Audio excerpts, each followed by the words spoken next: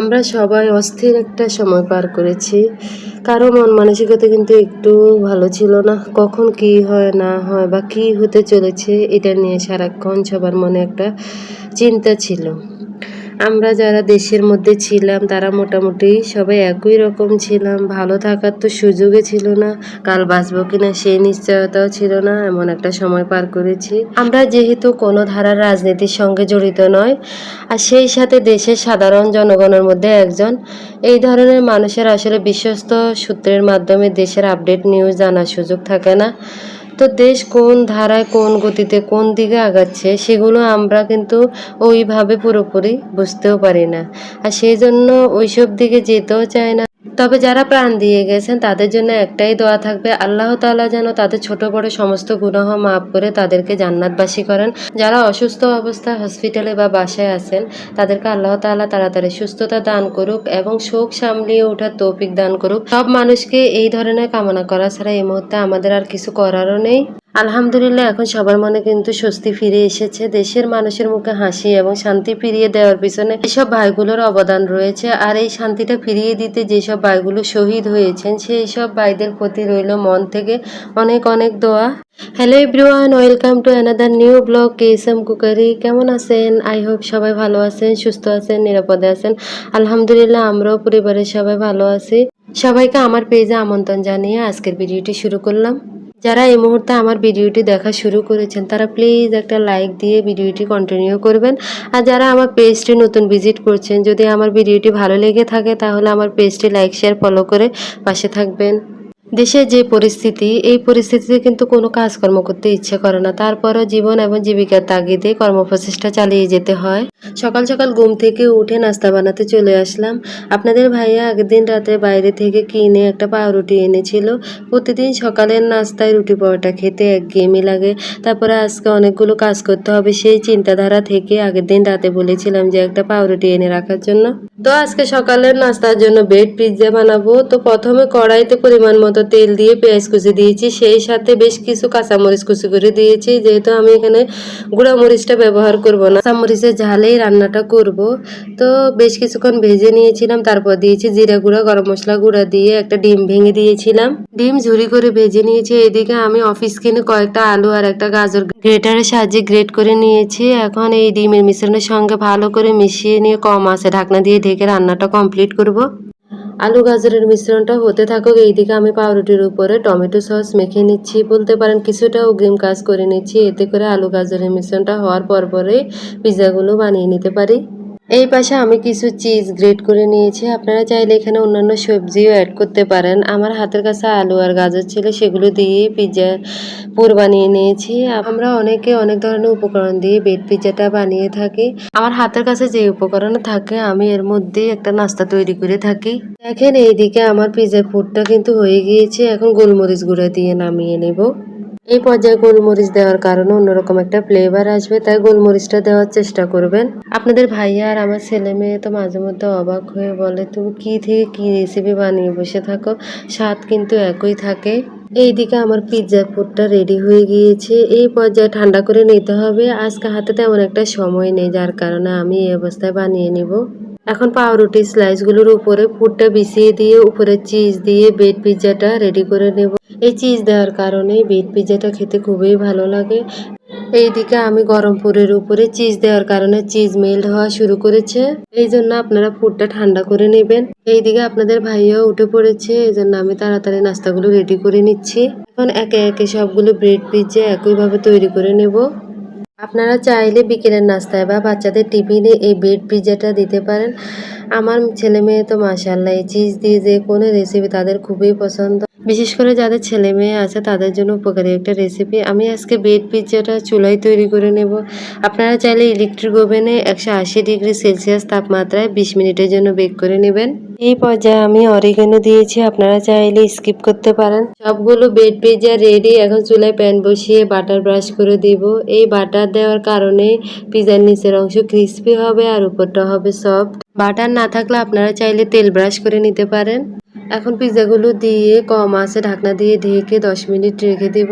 যখন দেখবেন চিজ পুরোপুরি মেল্ট হয়ে গিয়েছে, দারুণ একটা ফ্লেভার বের হচ্ছে, তখন বুঝবেন ব্রেড পিৎজাগুলো হয়ে গিয়েছে। ফিরে এসেছি 10 মিনিট পর, সবগুলো ব্রেড পিৎজা হয়ে গিয়েছে, দারুণ একটা ফ্লেভার বের হচ্ছে। এখন একে একে সবগুলো পিৎজা প্লেটে নিয়ে নেব। বাকি ব্রেড পিৎজাগুলো আমি একইভাবে তৈরি করে নিয়েছি। দেখতে কি যে লোভনীয় লাগছে, খেতেও অসম্ভব মজার হয়েছে।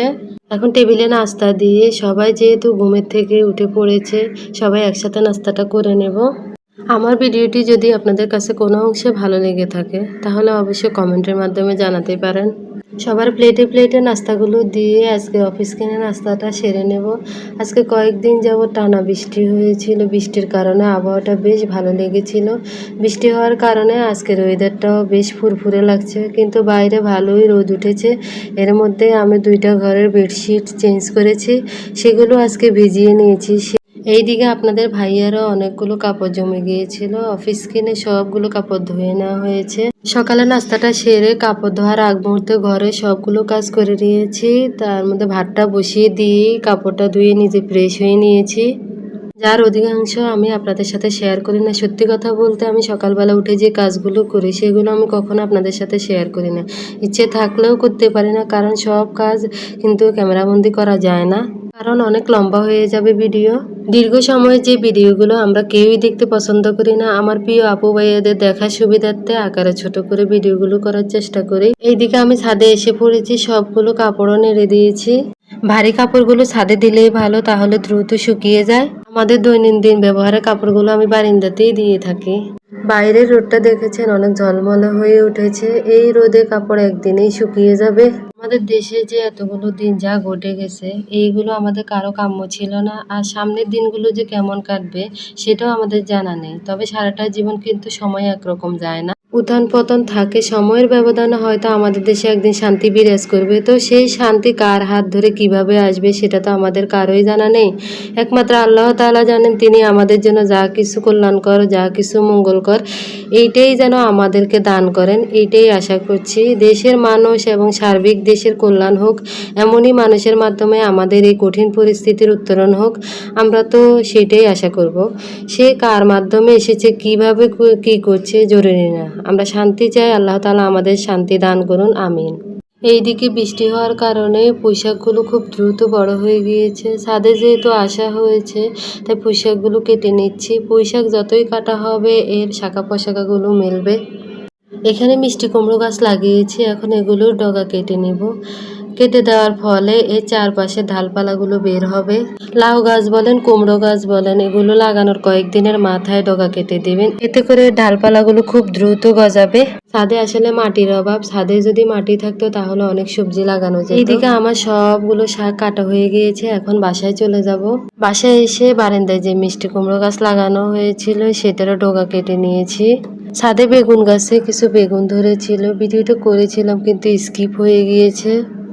নিজের হাতে লাগানো সবজি দেখে খুবই ভালো লাগছে।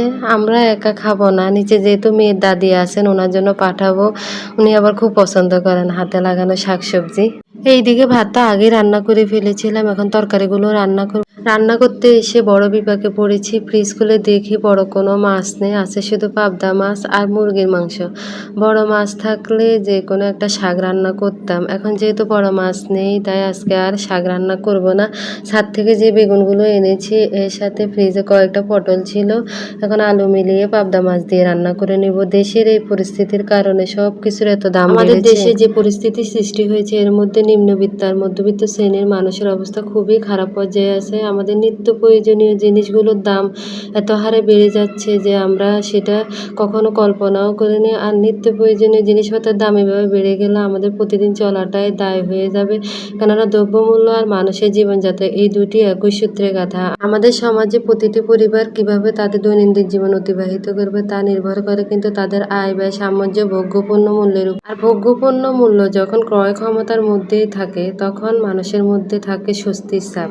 অপরদিকে নিত্য প্রয়োজনীয় পণ্যগুলোর দাম এত হারে বেড়ে যাচ্ছে, সেটা মানুষের ক্রয় ক্ষমতার বাইরে চলে যায়। তখন আমাদের জীবনে নেমে আসে নানা ধরনের অসুবিধা আর অশান্তি। আর বর্তমানে এই সংকটময় মুহূর্তে আমরা দিন পাড়ি দিচ্ছি নানা রকম অসুবিধা আর অশান্তির মধ্যে দিয়ে। আর এই পরিস্থিতিতে সবচেয়ে বেশি পরিমাণে পড়তে হচ্ছে মধ্যবিত্ত পরিবারের লোকজনদেরকে। আর এই মধ্যবিত্তরাই দিনের পর দিন অভিনয় করে যাচ্ছে, মুখে হাসি রেখে বলছে আমরা ভালো আছি। আসলেই কি আমরা ভালো আছি, নাকি ভালো থাকার অভিনয় করে যাচ্ছি দিনের পর দিন? হাজারটা কষ্ট বুকে নিয়ে, মাথায় অনেক ধরনের টেনশন নিয়েও ঠোঁটের কোণে মুচকি হাসিটা রেখে আজকের দিনও বলতে হচ্ছে আমরা অনেক ভালো আছি। আর এটাই হচ্ছে আমাদের মধ্যবিত্তদের একটি বড় গুণ। কোনো কিছু সহজ নয়, প্রতিকূলতা থাকবে প্রতি পদে পদে, এই বিষয়টি আমাদের মাথায় রাখতে হবে। আর তাই কোনো অবস্থাতেই কোনো পরিস্থিতিতে বিচলিত না হয়ে মাথা ঠান্ডা রেখে সব কিছু সামলিয়ে নিতে হবে। সব কিছুর এত বেশি দাম, কিছু করার নেই, বেঁচে থাকতে হলে খেতে হবে। আর এই খাওয়ার জন্যই আমরা এত কষ্ট করি। আপনি 2 দিন না খেয়ে থাকলেও আপনার জন্য কেউ খাওয়া নিয়ে যাবে না, তাই কষ্ট হলেও কাজও করতে হবে, খেতেও হবে। এইদিকে কথা বলতে বলতে আমার বেগুন পটল আলুর তরকারিটা হয়ে গিয়েছে, এখন নামিয়ে নিচ্ছি। পাশের চুলায় মুরগি রান্না করে নিচ্ছি। মুরগি থেকে কয়েকটা টুকরা আলাদা করে নিয়ে সিদ্ধ করে নিচ্ছি, নাস্তা বানাবো। পরিস্থিতির কারণে ছেলে মেয়ের স্কুল বন্ধ। স্কুল বন্ধ থাকলে বাচ্চারা দেখবেন কিছুক্ষণ পর পরে এটা সেটা খেতে চায়, তাই চিন্তা করতেছি কিছু নাস্তা আইটেম বানিয়ে রাখবো। এইদিকে মুরগির তরকারি হয়ে গিয়েছে, আলু দিয়ে মুরগির ঝোল রান্না করে নিয়েছি। এখন ভাজা জিরার গুঁড়া দিয়ে নেড়ে চেড়ে নামিয়ে নেব। এই ছিল মোটামুটি আজকে রান্না বান্না। এখন নামিয়ে নিব, বাটিতে নিয়ে টেবিলে খাওয়াটা দিয়ে দিব। ভাত আর বেগুন পটলের তরকারিটাও দিয়ে দিয়েছি টেবিলে। দুপুরের খাওয়ারও সময় হয়ে গিয়েছে, আপনাদের ভাইও ফ্রেশ হয়ে নিয়েছে। এখন সবাই মিলে দুপুরে খাওয়াটা খাবো। এরপর রান্নাঘরটা পরিষ্কার করে নিলাম, বাকি কাজগুলো গুছিয়ে নিয়েছি। এখন না 2-4টা কাজ করলেই বেশ হাঁপিয়ে যায়, বিশেষ করে প্রচুর ওজন বেড়েছে। তারপরে এই যে খেয়ে দিয়ে দুপুরবেলা একটা লম্বা ঘুম দিব, এই থেকে আরও ওজন বেড়েছে। তো এই ওজনটা শরীর আবার নিতে পারছে না, যার কারণে একদম একটু কাজ করলেই হাঁপিয়ে পড়ি। আমরা মেয়েরা সাংসারিক যত কাজই করি না কেন, এতে করে ওজন কমে না। এক্সট্রা করে বাইরে হাঁটার জন্য একটা সময় বের করে নিতে হবে।